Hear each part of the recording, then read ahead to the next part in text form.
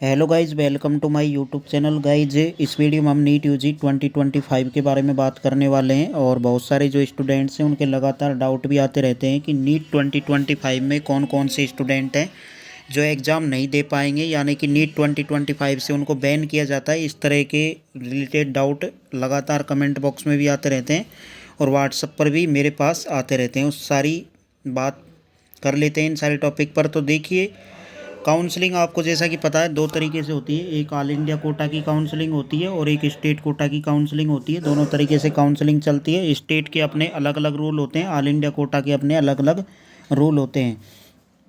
अब इसमें देखिए, सबसे पहले तो आपको किस तरह से क्या देखना है। तो ऑल इंडिया कोटा की जो एमसीसी काउंसलिंग करवाती है उसके जो रूल है उसमें 1 साल का बैन किया गया है। अब कौन कौन से स्टूडेंट हैं जिनके लिए बैन रखा गया है, तो आपको बता दें, जो भी student first round, second round या थर्ड राउंड, इनमें किसी भी स्टूडेंट को कोई भी सीट मिली है और स्टूडेंट ने वो सीट लीव कर दी, किसी भी कारणवश नहीं ली, तो उनको कोई प्रॉब्लम नहीं आने वाली है। उसके बाद में जिन स्टूडेंट को स्ट्रे वैकेंसी राउंड के अंदर सीट मिली, स्ट्रे वैकेंसी राउंड के अंदर सीट मिली या स्पेशल स्ट्रे वैकेंसी राउंड के अंदर सीट मिली, तो वो स्टूडेंट जो है 1 ईयर के लिए बैन कर दिए जाएंगे। ठीक है, इस तरह का रूल था।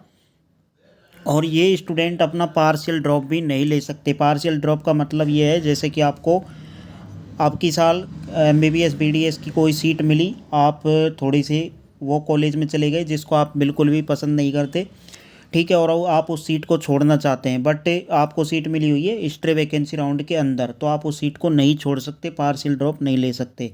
First round, second round, third round में आपको सीट मिली, कोई प्रॉब्लम नहीं है। ठीक है, उसके बाद में स्टेट कोटा की जो काउंसलिंग है उसके बारे में बात कर लेते हैं। तो स्टेट कोटा की जो काउंसलिंग होती है, अलग अलग स्टेट की अलग अलग काउंसलिंग होती है। हर स्टेट के अलग अलग रूल होते हैं, उसी के अकॉर्डिंग रूल बनाए गए हैं। तो प्रत्येक स्टेट के, एक बार जो यूपी स्टेट है उसके बारे में आपको बात कर लेते हैं। जो यूपी ने क्लियरिटी इस रूल पर दे रखी है एकदम, कि पार्शियल ड्रॉप उस इस स्टेट में आप नहीं ले सकते यूपी में। जैसे कि अब की साल ही ये रूल निकाला गया है और नीट 2025 में पार्शियल ड्रॉप के लिए आप अप्लाई नहीं कर सकते हैं। ठीक है, अप्लाई का मतलब, आप जैसे कि आपको कोई भी कॉलेज अब की साल मिल गई, आप दोबारा से दूसरी कॉलेज में एडमिशन लेना चाहते हैं तो आप नहीं ले सकते। ठीक है, ये उन्होंने कर रखा है। ठीक है, चाहे किसी भी राउंड में आपको कोई भी कॉलेज मिली हो एमबीबीएस और बीडीएस के अंदर। आयुष के लिए मैं ये बात नहीं कर रहा हूँ, आयुष के लिए किसी भी तरीके से रूल को क्लियर नहीं किया गया है। तो डिफरेंट स्टेट के डिफरेंट रूल है। ये यूपी का मैंने समझा दिया। आप किसी भी स्टेट का, अदर स्टेट का जानना चाहते हैं तो आप मुझे कमेंट बॉक्स में कमेंट कर देना, मैं वहाँ पर आपको रिप्लाई दे दूँगा। व्हाट्सअप नंबर पिन कर दिए गए, उस पर मैसेज करके आप पूछ सकते हैं। ठीक है, उसके बाद में अदर कोर्स में बात कर लेते हैं। जैसे कि आपको मान लीजिए बीएससी के अंदर सीट मिल जाती है, बी फार्मा के अंदर सीट मिल जाती है और आप नीट 2025 का एग्ज़ाम देते हैं। ठीक है, तो आप दे सकते हैं इजीली, कोई प्रॉब्लम नहीं है।